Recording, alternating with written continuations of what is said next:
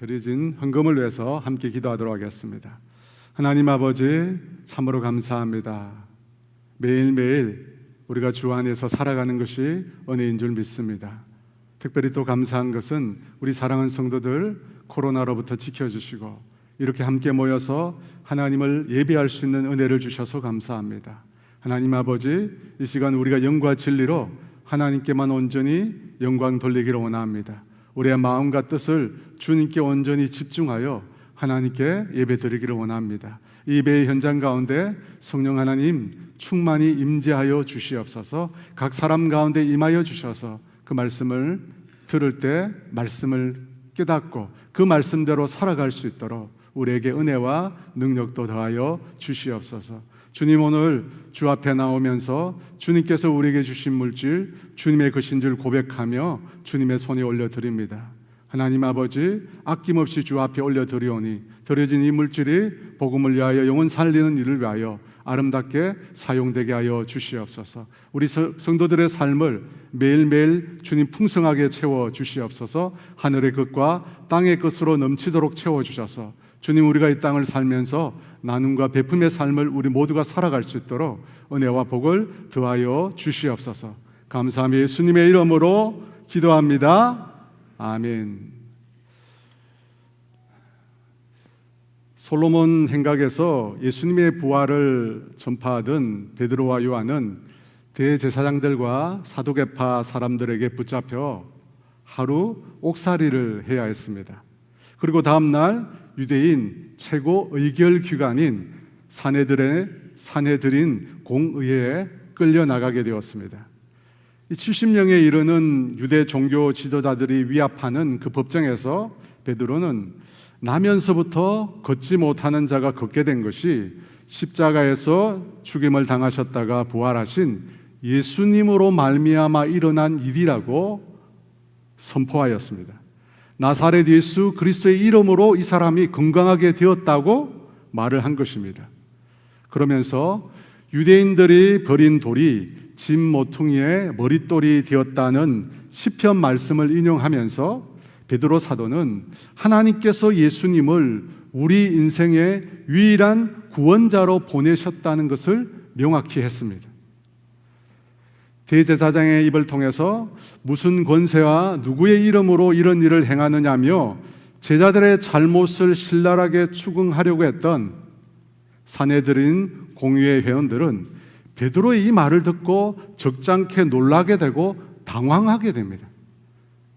본문 13절 말씀인데요, 그들이 베드로와 요한이 담대하게 말함을 보고 그들을 본래 학문 없는 범인으로 알았다가 이상히 여기며 또 전에 예수와 함께 있던 줄도 알고, 공의회 회원들은 베드로와 요한이 담대하게 말함을 보았다고 합니다. 이 담대하게라는 말은 용기 있게 확신을 가지고 라는 말입니다. 곧 베드로와 요한이 대제사장의 질문에 대해 답을 하면서 당시 그 분위기에 전혀 위축되지 않았다는 것입니다. 전혀 그 상황에 동요되지 않고 자신이 하고자 하는 말을 정확하고도 거리낌 없이 다 말했다는 것입니다. 그것은 산헤드린 공의회에 참여한 사람들에게는 다소간 충격이었습니다. 왜냐하면 지금까지 아무리 뛰어나고 똑똑한 사람들도 유대 최고 법정인 산헤드린 공의회 앞에서 자신의 말을 제대로 하지 못했기 때문입니다. 너무나 위압적인 그 분위기에서 용기 있게 확신 있게 자기 말을 제대로 할 수 있었던 사람이 거의 없었다는 것입니다. 그래서 베드로와 요한의 이 담대한 태도는 공의회 회원들 모두를 크게 놀라게 했습니다. 당황스러움을 넘어 그들이 이상하게 생각할 수밖에 없었던 것은 제자들이 너무나 학문이 없는 범인이었기 때문입니다. 학문이 없는 범인이라는 말은 제자들을 굉장히 무시한 표현입니다. 학문이 없다는 것은 이 유대의 율법에 대해 정규 교육을 받지 못했다는 것입니다. 앞서 제자들이 솔로몬 행각에서 사람들을 가르치지 않았습니까? 그곳에서 사람들을 가르치려면 정규 랍비 교육을 받아야 했습니다. 그런데 제자들은 그런 율법에 대한 교육을 받은 적이 전혀 없었다는 것입니다. 그래서 학문이 없다라고 말을 한 것입니다. 그뿐만 아니라 제자들은 갈릴리 어부 출신이기에 공의회 회원들의 눈에는 너무나 평범한 범인에 불과했습니다. 이 범인이라고 하는 말은 무식쟁이, 촌놈이라는 의미입니다. 그러한 학문 없는 무식한 촌놈들이 시편의 말씀을 인용하면서 구원의 진리를 설파했습니다. 게다가 그들은 나면서부터 걷지 못하는 자를 일으키는 놀라운 기적을 행하였습니다. 그래서 공회의 회원들 전부가 베드로와 요한의 행동에 대해서 놀라고 당황스러워 했던 것입니다. 그럼에도 그들은 사도들이 전하는 말씀에는 전혀 귀를 기울이지 않았습니다. 분명히 그들이 이전에 들어보지 못한 놀라운 진리의 말씀이며 또 나면서부터 걷지 못하는 사람을 일으킨 능력의 역사가 일어났음에도 공의회 회원들은 베드로와 요한의 말에 전혀 관심을 두지 않았습니다. 왜 그들은 사도들의 말에 전혀 귀를 기울이지 않았을까요? 제자들을 본래 학문 없는 범인으로 여겼기 때문입니다. 정규 교육을 받지 못한 무식쟁이로만 제자들을 판단했기 때문입니다. 여러분, 무슨 말입니까? 제자들에 대해서 사내들인 공의회 회원들은 잘못된 선입견을 가지고 있었다는 것입니다. 이 본래라고 하는 말이 그것을 잘 나타내잖아요. 바로 이 선입견 때문에 진리의 말씀이 선포되고 놀라운 이적이 일어났음에도 공의회 회원들은 전혀 그것을 보지도 듣지도 깨닫지도 못했다는 것입니다. 사도행전 2장과 3장에 걸쳐 베드로가 2차례에 걸쳐서 설교를 합니다. 그때 그 말씀을 듣고 여러분 어떤 변화가 일어났습니까? 3,000명의 사람들이 회개하고 세례를 받는 일이 일어났습니다. 또 한 번은 5,000명의 사람들이 그 말씀을 듣고 예수님을 믿게 되었다고 합니다. 그와 같은 놀라운 일이 일어나는데 동일한 진리의 말씀 복음을 듣고도 사내들인 공의회 회원들에게는 아무런 변화도 일어나지 않았습니다. 여러분, 왜 그렇습니까? 말씀을 듣는 자의 태도가 중요한 것입니다. 말씀을 전하는 자뿐만 아니라 그 말씀을 듣는 사람의 마음의 태도가 중요한 것입니다. 여러분, 선입견이라고 하는 것이 이처럼 무서운 것입니다. 우리가 지닌 잘못된 선입견은 진리의 말씀에 대해서 우리의 귀를 닫게 만들 수 있는 것입니다. 마태복음 13장 말미에 보면 예수님께서 고향 나사렛을 방문하는 내용이 성경에 나옵니다. 예수님께서 고향 회당에 들어가셔서 말씀을 전하시는데 그 말씀을 듣고 그곳에 있는 모든 사람들이 다 놀라게 됩니다. 그러면서 이 사람의 이 지혜와 이 능력이 어디에서 났느냐라고 질문을 던집니다. 마태복음 13장 55절에서 57절입니다. 이는 그 목수의 아들이 아니냐? 그 어머니는 마리아, 그 형제들은 야고보, 요셉, 시몬, 유다라 하지 않느냐? 그 누이들은 다 우리와 함께 있지 아니하냐? 그런즉 이 사람의 이 모든 것이 어디에서 났느냐 하고 예수를 배척한지라. 분명히 고향 사람들은 예수님에게서 놀라운 말씀을 들었습니다. 그분의 지혜를 깨닫게 되고 예수님의 놀라운 능력을 보게 되었습니다. 그럼에도 결과적으로 어떻게 됩니까? 예수님을 배척했습니다. 여러분, 어떻게 된 것입니까? 왜 고향 사람들이 예수님을 배척한 것일까요? 바로 잘못된 선입견 때문입니다. 이는 그 목수의 아들이 아니냐? 그 어머니와 그 형제들과 그 누이들이 우리와 함께 있지 아니하냐? 바로 예수님의 출신 때문에 그것이 선입견이 되어서 고향 사람들은 예수님을 받아들이지 않았다는 것입니다. 여러분, 저에게도 이 오랜 선입견이 있었습니다. 이 공자가 한 말 중에 삼인행 필유아사은이라는 말이 있습니다. 아마 다 들어보셨을 텐데요. 세 사람이 함께 길을 가면 그 중에 반드시 내 스승이 있다는 말입니다. 뭔가 깨닫게 해주는 말씀인데요.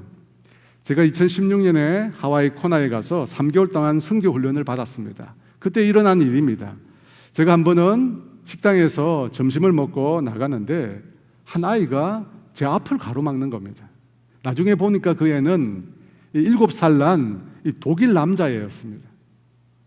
아버지는 목사님이시고요. 이 애가 학교에서 숙제를 받았는데 그게 뭐냐면 성령께서 인도해 주시는 사람을 만나서 그에게 성경 말씀을 전해주고 그 사람을 위해서 기도해 주라는 것입니다. 그 숙제를 애가 학교에서 받았어요. 그래서 얘가 오전 수업을 마치고 숙제를 하러 식당에 온 것입니다. 왜냐하면 이 식당에 점심을 먹으러 온 사람들이 많으니까요. 그런데 그 애가 식당을 들어서면서 저를 만난 것입니다.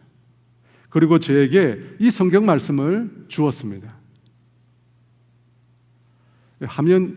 이 성경 말씀을 저에게 줬어요. 이렇게 되어 있습니다. Trust in Him all times.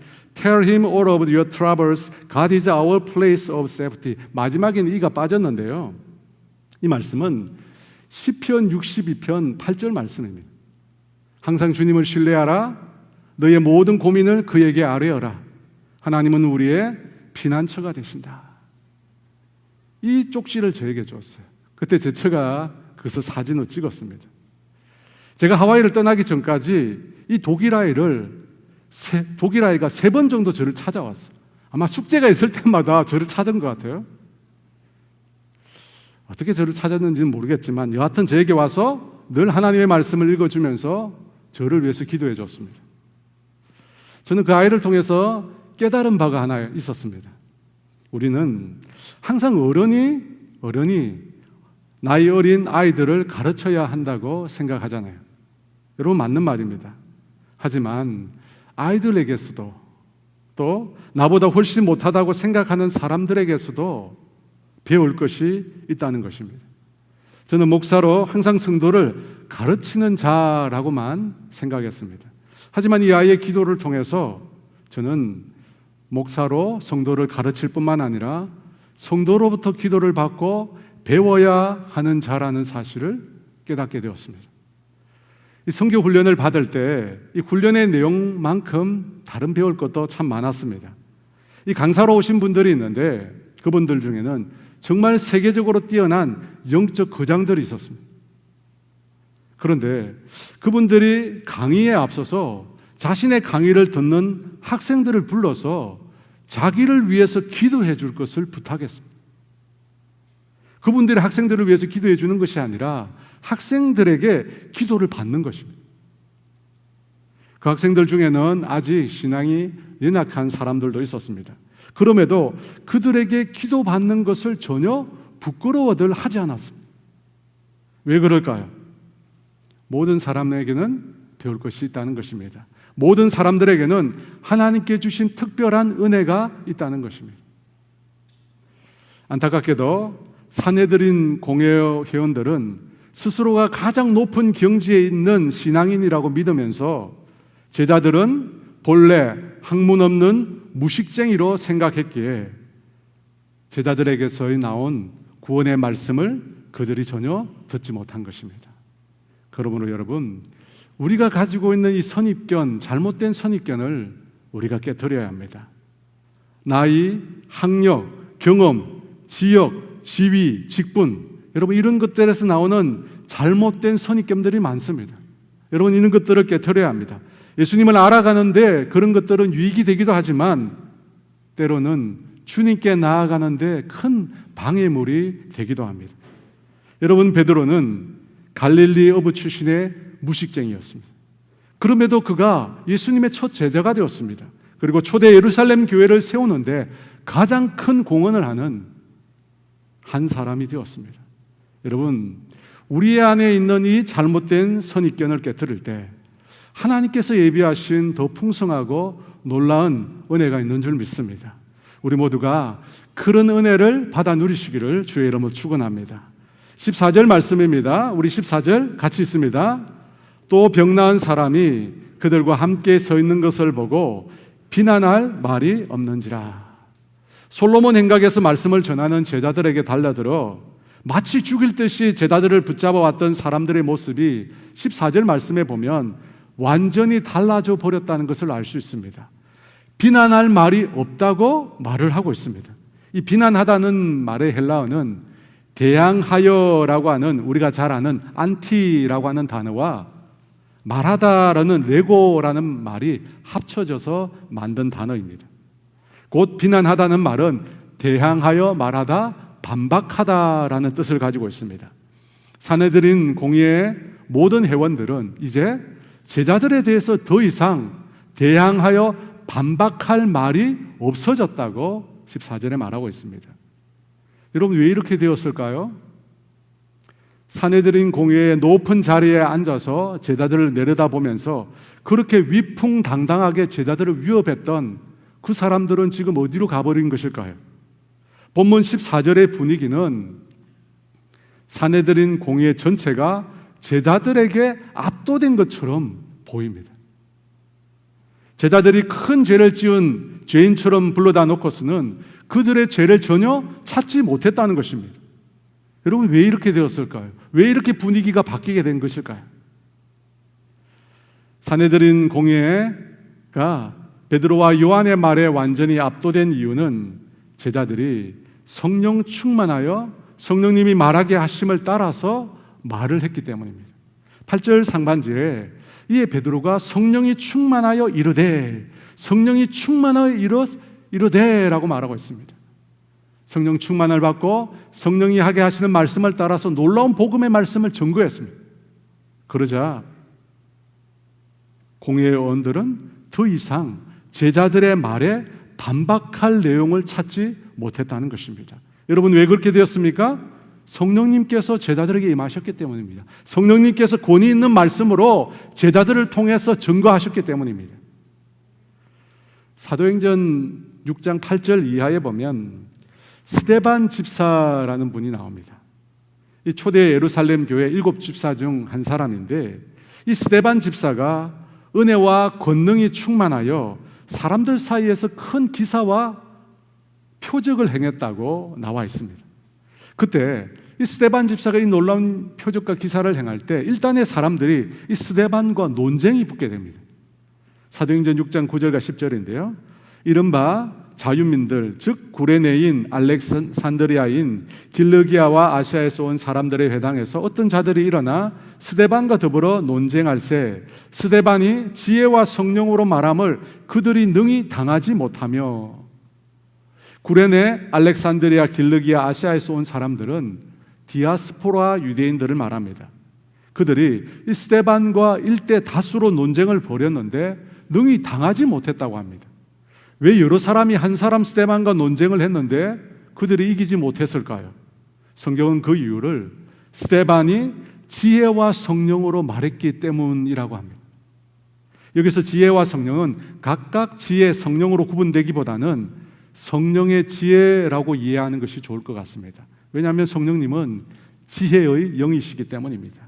왜 많은 사람들이 스데반을 이기지 못했을까요? 스데반이 성령의 지혜로 말했기 때문입니다. 사도행전 6장 10절에 그들이 능히 당하지 못했다는 말은 오늘 본문에 나오는 이 비난이라는 말과 아주 유사합니다. 이 대항한다는 안티라고 하는 단어가 동일하게 그 속에 포함이 되어 있습니다. 그러니까 사내들인 공회원들이 베드로와 요한에게 대항할 말이 없었듯이 디아스포라 유대인들도 스데반에게 대항할 수가 없었다는 것입니다. 어떻게 여러 사람이 한 사람을 대할 수 없었을까요? 스데반이 성령으로 말했기 때문입니다. 여러분, 이렇게 성령님은 권위 있는 말씀으로 듣는 자들의 마음을 굴복시킬 수 있는 분이십니다. 또 사도행전 13장에 보면 이 바울과 바나바가 1차 전도 여행을 떠나는데 그 첫 행선지로 구브로를 정하게 됩니다. 그 섬 가운데 이 바보라는 곳에 도착을 하는데 거기에는 이 바예수라는 유대인 거짓 선지자인 마술사가 있습니다. 바울과 바나바가 이 구브로 섬의 로마 총독 스기오 바울이라는 사람에게 하나님의 말씀을 전하고자 하는데 이 마술사가 제자들을 대적합니다. 그래서 총독으로 믿지 못하도록 방해를 합니다. 그때 바울이 그 마술사를 대적합니다. 그 말씀을 이렇게 말하고 있습니다. 사도행전 13장 9절에서 11절, 바울이라고 하는 사울이 성령이 충만하여 그를 주목하고 이르되 모든 거짓과 악행이 가득한 자요 마귀의 자식이요 모든 의의 원수여 주의 바른 길을 굳게 하기를 그치지 아니하겠느냐. 보라, 이제 주의 손이 내 위에 있으니 내가 맹인이 되어 얼마 동안 해를 보지 못하리라 하니 즉시 안개와 어둠이 그를 덮어 인도할 사람을 두루 구하는지라. 바울이 바예수를 주목하며 말을 했습니다. 거짓과 악행이 가득한 자요 마귀의 자식이요. 바예수의 정체를 드러낸 것입니다. 그러면서 이렇게 선포합니다. 보라, 이제 주의 손이 내 위에 있으니 내가 맹인이 되어 얼마 동안 해를 보지 못하리라. 이 말씀을 선포했을 때 여러분 어떤 일이 일어납니까? 악한 영에 매여 있었던 그 바예수가 그 즉시로 앞을 보지 못하게 됩니다. 여러분 어떻게 이런 일이 일어날 수가 있습니까? 성경의 말씀에 보니까 9절에 바울이라고 하는 사울이 성령이 충만하여 그를 주목했다고 합니다. 성령이 충만하여 그를 주목했다고 합니다. 여기서 충만이라고 하는 말은 사도행전 4장 8절에 사내들인 공회 앞에서 베드로에게 임했던 바로 그 성령 충만을 말합니다. 똑같습니다. 동일한 단어를 사용하고 있습니다. 지난주에 말씀드렸던 헬라어 단어로 플레스테이스라는 단어입니다. 성령님께서 임시적으로 임하신 것입니다. 당신의 역사를 위해서 성령님께서 임시적으로 강하게 바울에게 충만히 임하셨다는 것입니다. 그렇습니다, 여러분.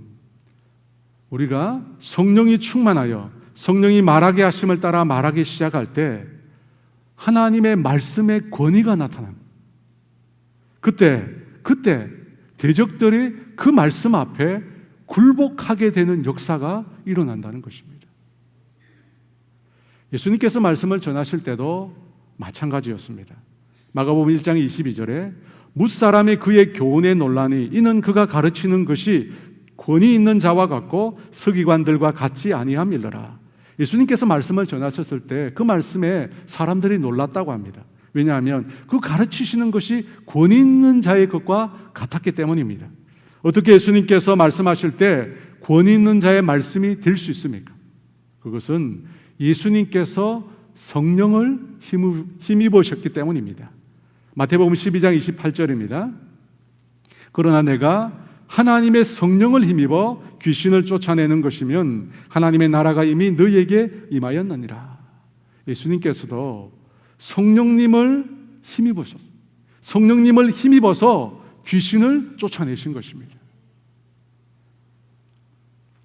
여러분, 사내들인 공의회 회원들이 제자들에게 더 이상 비난할 말을 찾지 못한 이유, 디아스포라 유대인 다수가 스데반 집사 한 사람을 능히 당하지 못했던 이유, 사도 바울이 거짓 선지자 바예수에게 명령하여 그 눈을 멀게 한 이유, 예수님의 말씀에 뭇사람이 놀라고 귀신들이 쫓겨갔던 이유, 다 무엇 때문입니까? 성령님 때문.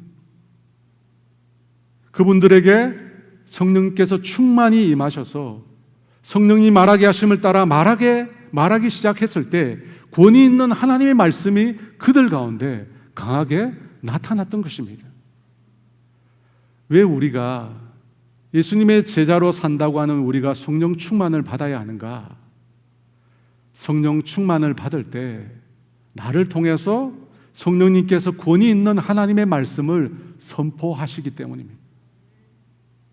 여러분, 그 권위 있는 하나님의 말씀을 통해서 사람들이 설복하게 되고 귀신들이 떠나가는 역사가 일어나는 것입니다.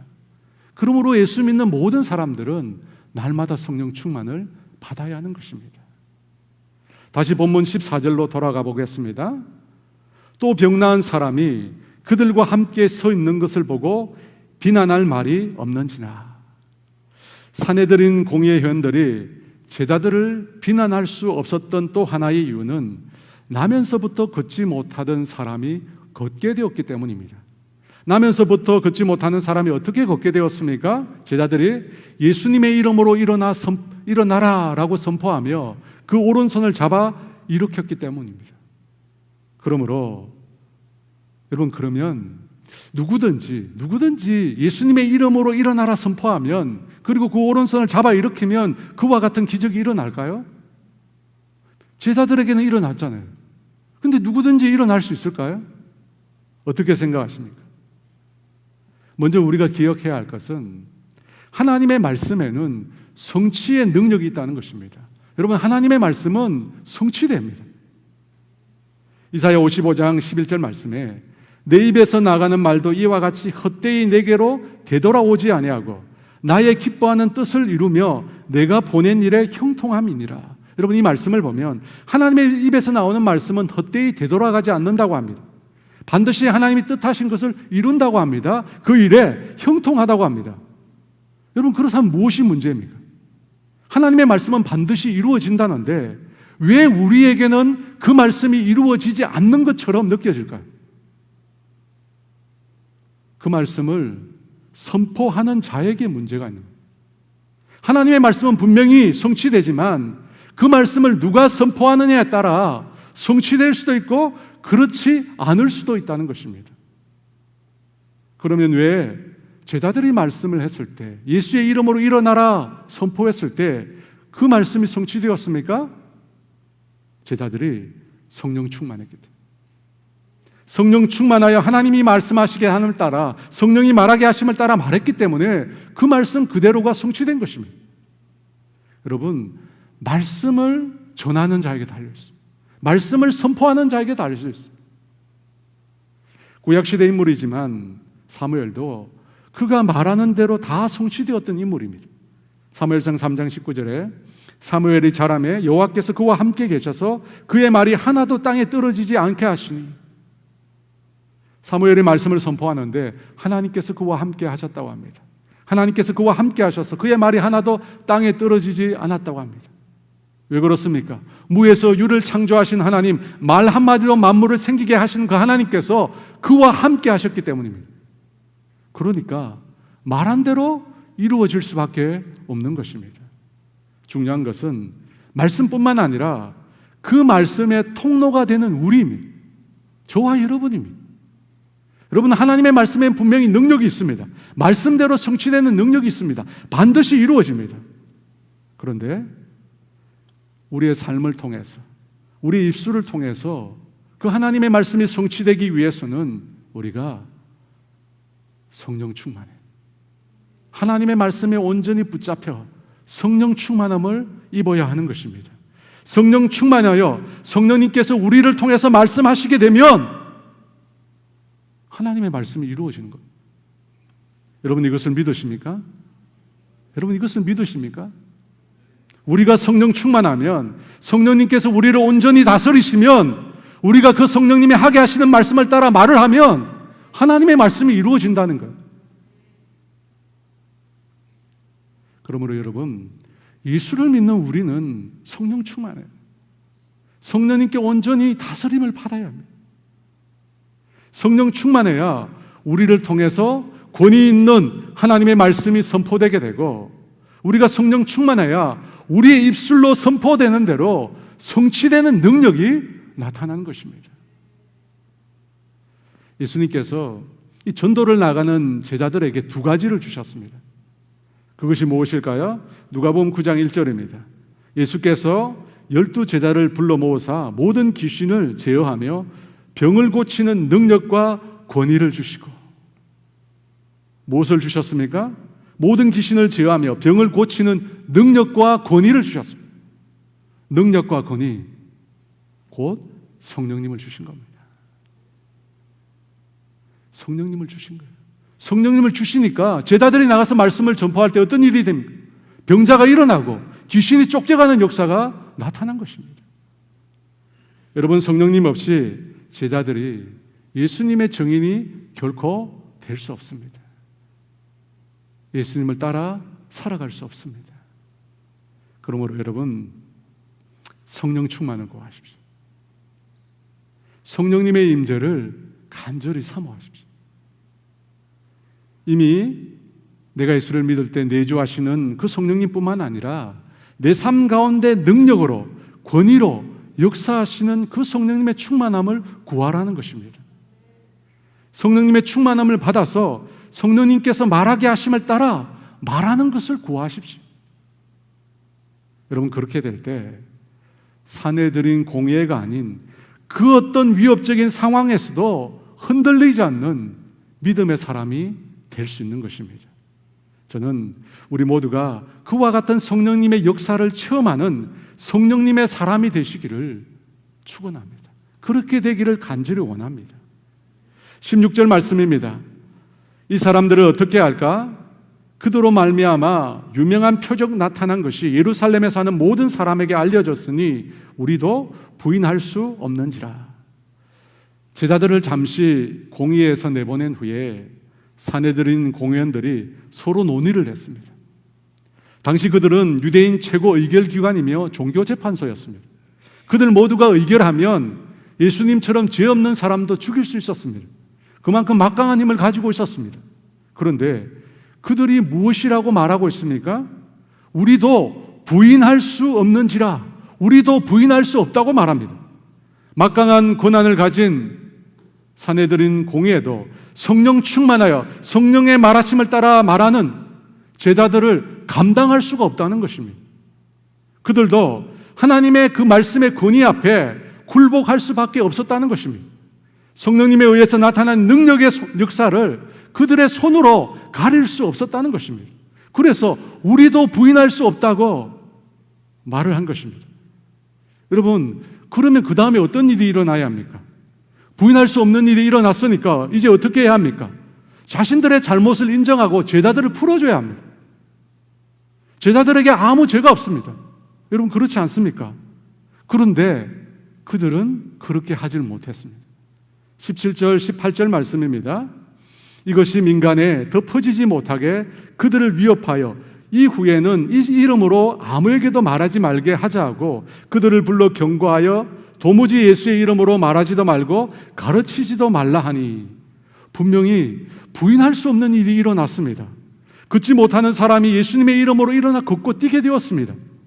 그렇게 분명한 증거가 있음에도 공의회는 예수님의 이름으로 말하지 말라고 합니다. 더 이상 가르치지 말라고 합니다. 여러분, 이 말씀을 보면 분명히 이 사내들인 공회원들도 인정하고 있습니다.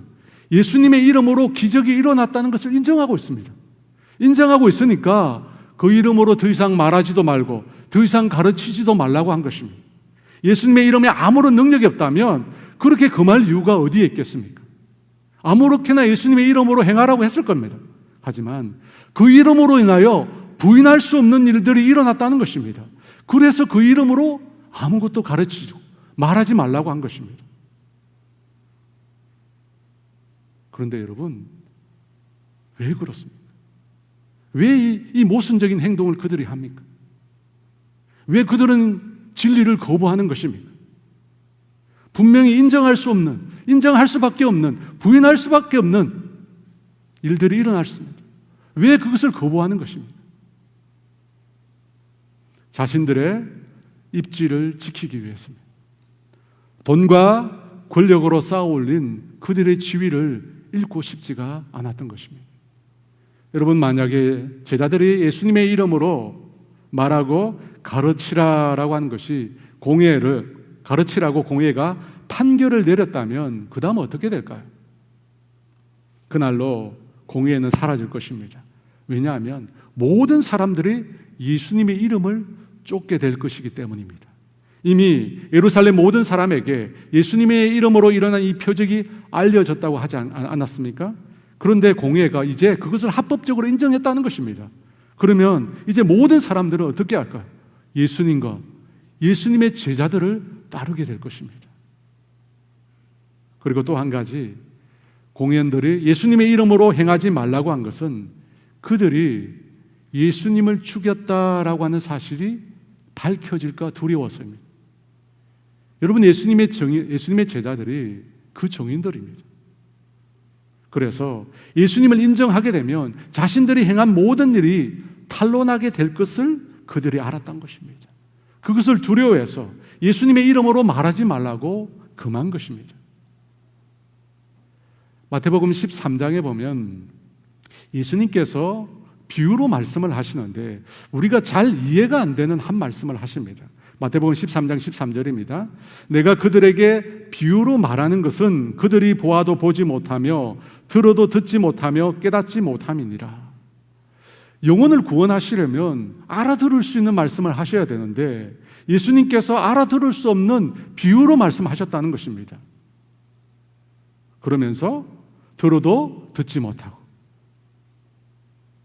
보아도 보지 못하고 깨닫지 못한다, 그렇게 말씀하고 계십니다. 여러분, 이것을 보면 마치 사람들에게 믿지 못하게 하시는 것처럼 말하는 것 같습니다. 하지만 사실은 그 뜻이 아닙니다. 15절 말씀에 이렇게 말합니다. 이 백성들의 마음이 완악하여져서 그 귀는 듣기에 둔하고 눈은 감았으니 이는 눈으로 보고 귀로 듣고 마음으로 깨달아 돌이켜 내게 고침을 받을까 두려워함이라. 사실은 사람들의 마음이 완악하다는 것입니다. 그래서 눈으로 보고 귀로 듣고 마음으로 깨달아 고침을 받을까 사실은 두려워한다는 것입니다. 여러분, 많은 사람들이 그런 얘기를 합니다. 믿기지가 않는다. 여러분, 그거 거짓말인 거 아시죠? 그거 거짓말입니다. 분명히 증거가 있습니다. 많은 증거가 있어요. 부인할 수 없는 수많은 증거가 내 삶에 분명히 있었습니다. 하나님의 역사가 있었습니다. 그런데 사실은 그것을 거부하는 겁니다.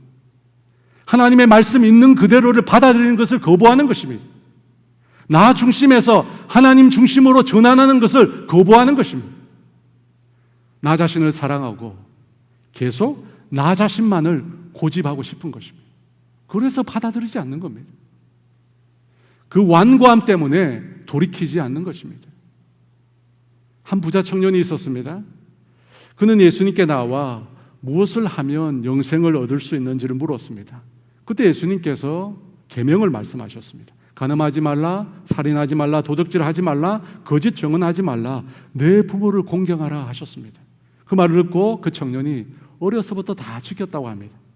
그때 예수님께서 아직 한 가지가 더 부족한 것이 있으니 내게 있는 것을 다 팔아 가난한 사람에게 나눠주고 나를 따르라고 말씀하셨습니다. 그때 부자 청년이 어떤 반응을 보였습니까? 그가 큰 부자이므로 그 말씀을 듣고 근심하며 떠났다고 합니다. 왜 부자 청년이 영생을 얻으러 왔다가 근심하며 떠나갔습니까? 부자 청년에게는 예수님보다 영생보다 자신의 소유가 더 중요했던 것입니다. 오늘 본문에 사내들인 공의원들도 마찬가지입니다. 그들의 입으로 부인할 수 없다고 했습니다. 예수님의 이름으로 놀라운 일이 일어났다는 것을 인정했습니다. 그럼에도 자신들의 입지를 잃을까 두려워해서 예수님의 이름으로 말하지 말라고 한 것입니다. 사내들인 공의원들에게 있어서는 진리의 말씀보다 구원의 소식보다 자신들이 소유하고 있는 이 돈과 권력이 더 중요했던 것입니다. 그랬기에 부인할 수 없는 증거가 있었음에도 예수님의 이름으로 놀라운 구원의 역사가 일어난 것을 그들 스스로가 인정했음에도 결국 예수님을 거부한 것입니다. 반면에 제자들은 어땠을까요? 19, 20절 말씀입니다. 베드로와 요한이 대답하여 이르되 하나님 앞에서 너희의 말을 듣는 것이 하나님의 말씀을 듣는 것보다 옳은가 판단하라. 우리는 보고 들은 것을 말하지 아니할 수 없다 하니. 제자들은 사내들인 공의의 협박에도 전혀 요동하지 않았습니다. 마치 다니엘의 세 친구처럼, 왕비 에스더처럼 우리는 보고 들은 것을 말하지 아니할 수 없다. 예수님의 증인으로 살겠다는 것입니다. 너희가 무슨 짓을 해도 우리는 예수님의 제자로 예수님을 증거하며 복음을 증거하며 살겠다는 것입니다. 여러분, 왜 제자들이 이렇게 담대하게 말을 할 수 있었을까요? 예수님이, 복음이 그들에게서 가장 값진 것이기 때문입니다. 세상 그 무엇과도 바꿀 수 없는 분이 예수님이셨기 때문입니다. 모든 것을 다 주어도 결코 바꾸지 않을 분이 예수님이셨기 때문입니다. 그분은 우리에게 영생을 주신 분이십니다. 우리를 죄와 죽음에서 건져주신 분이십니다. 우리의 죄를 위하여 십자가를 지신 분이십니다.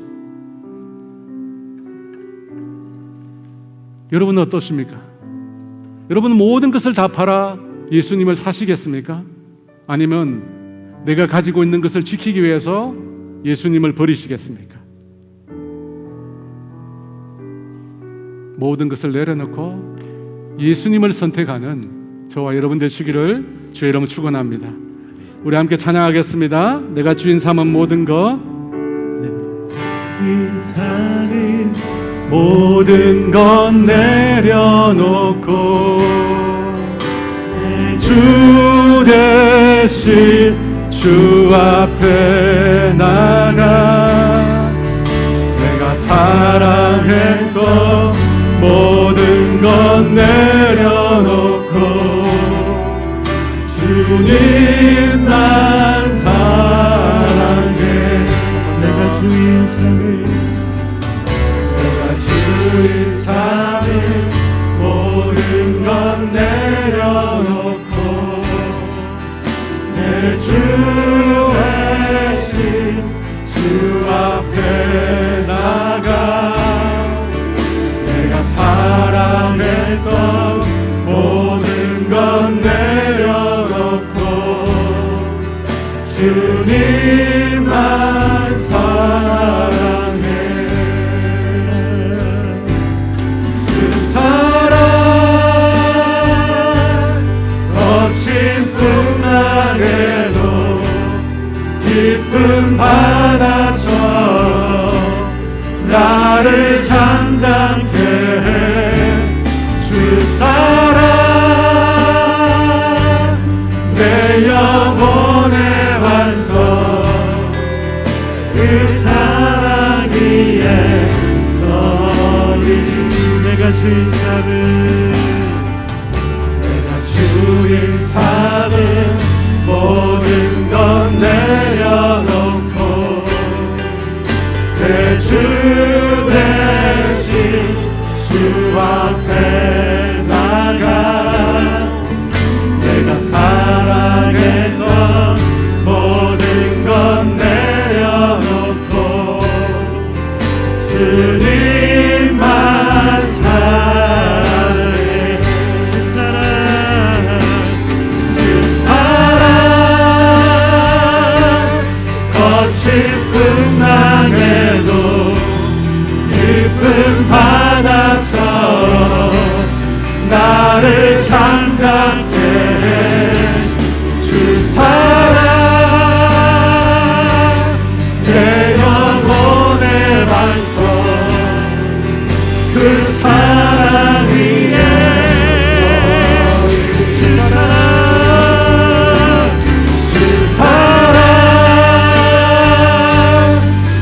깊은 밤에도 깊은 바다처럼 나를 잠잠케 해. 주 사랑 내 영혼의 반석 그 사랑 위에 서리.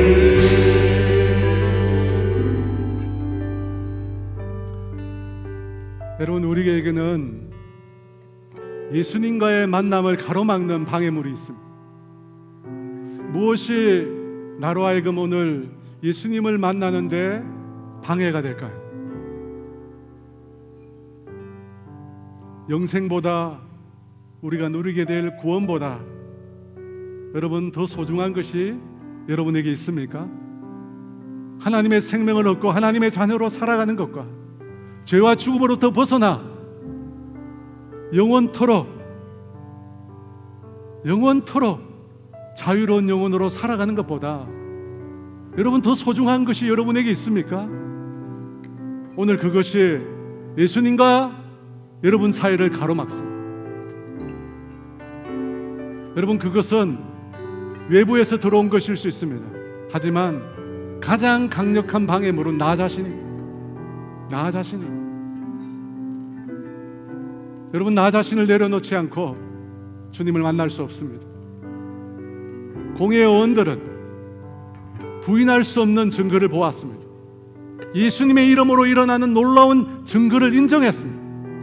그럼에도 그들은 예수님께 나아가지 않았습니다. 그들이 누리는 알량한 그 부와 권력에 도취해서 그들이 가지고 있는 그 소유에 도취해서 예수님께 나아가는 것을 거부했습니다. 여러분, 이 시간 주님을 만나십시오. 주님을 만나야 합니다. 주님을 만나야 합니다. 주님을 만나지 않고 우리가 어떻게 살아갑니까?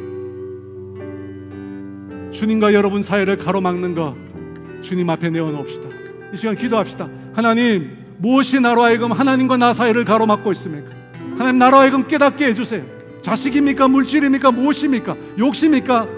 이 세상에 누리고 있는 것들입니까? 주님, 다 내려놓게 하여 주시옵소서. 그리고 예수 그리스도를 사게 도와 주시옵소서. 우리 주여 한번 부르고 기도합니다. 주여!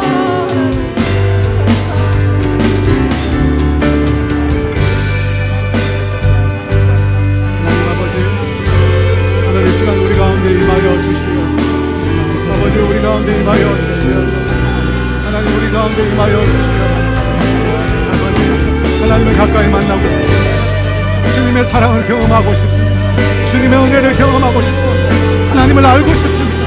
나를 위해서 생명을 주시고 나를 위해서 이 땅에 오시고 그 주님을 만나고 싶습니다. 주님과 나 사이에 가로막고 있는 것이 무엇입니까? 무엇이 나를, 아버지, 나에게 그림돌이 된 것입니까? 하나님, 그 그림돌 치워주시옵소서. 치워주시옵소서. 다 내려놓게 해주세요. 그리고 주님 만나게 도와주시옵소서. 주님의 그 사랑 경험하고 싶습니다. 주님의 그 은혜 경험하고 싶습니다. 주님이 나에게 주신 영생의 삶을 이 놀라운 구원을 날마다 누리고 싶습니다. 주님 임하여 주시옵소서. 주님 이 시간 임하여 주시옵소서. 우리 성도들에게 임하여 주시옵소서. 주님과 우리 삶을 가로막고 있는 모든 방해물을 제하여 주시옵소서. 주님 만나게 하여 주시옵소서. 오 주님, 아버지 주여, 아버지 도와주시옵소서. 아버지 주여 도와주시옵소서. 아버지 주여 도와주시옵소서. 주님 도와주시옵소서. 주님 도와주시옵소서. 아버지, 주님 이 시간에 정말 우리 가운데 주님을 임하여 주시옵소서. 우리 모두가 주님을 만날 수 보게 하시고 듣게 하시고 알게 하여 주시옵소서. 모든 아버지, 모든 방해물, 모든 하나님 끌림돌이 하여 주시고 주님 만날 수 있도록 주님께 나아가시고 주님께 나아가시고 나는 보고 들은 것을 전하지 아니하시고 그런 하나님 제자들의 삶을 살아가시고 주님 우리 가운데 임하여 주시옵소서. 주님 우리 가운데 임하여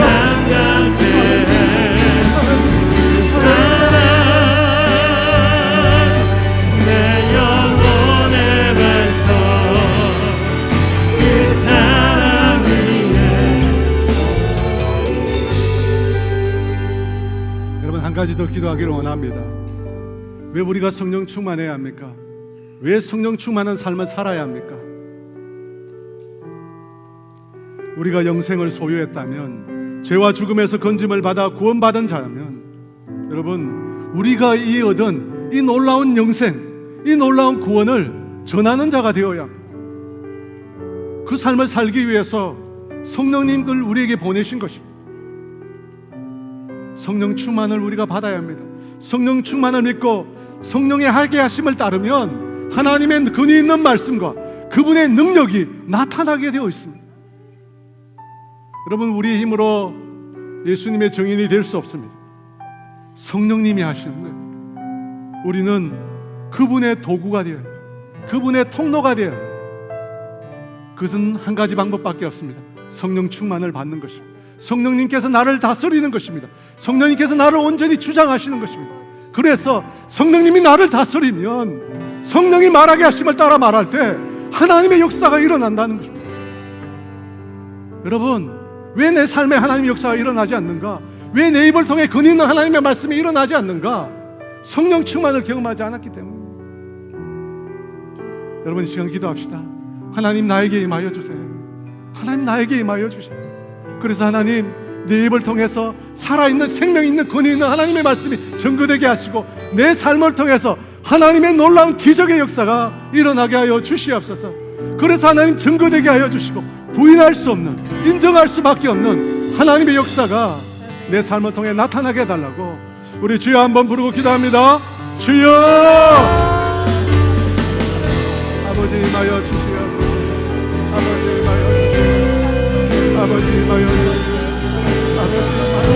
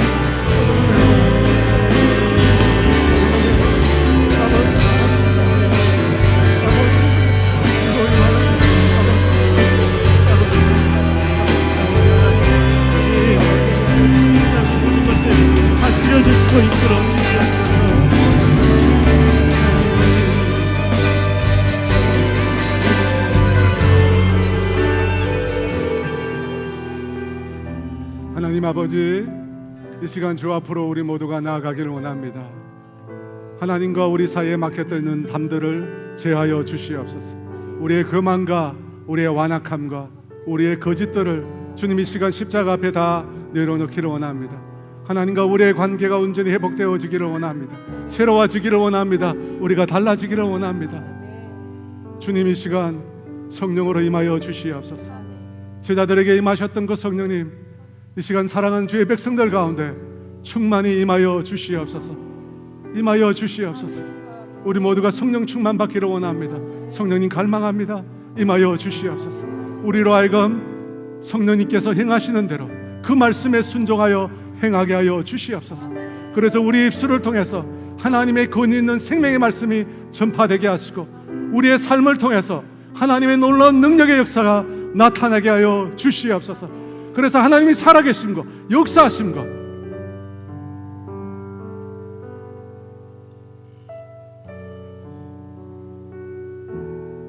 주님의 그 영생과 그 구원을 증거하는 주님의 자녀들, 주님의 제자들 다 되게 하여 주시옵소서. 지금은 우리 주 예수 그리스도의 은혜와 하나님의 다함이 없는 사랑하심과 성령님의 교통과 충만하심의 역사가 이 시간 모든 것을 내려놓고 하나님의 영으로 충만히 덧입기를 원하는, 사모하는 사랑하는 성도들 위해 이제로부터 영원토록 함께 하시기를 간절히 축원하옵나이다.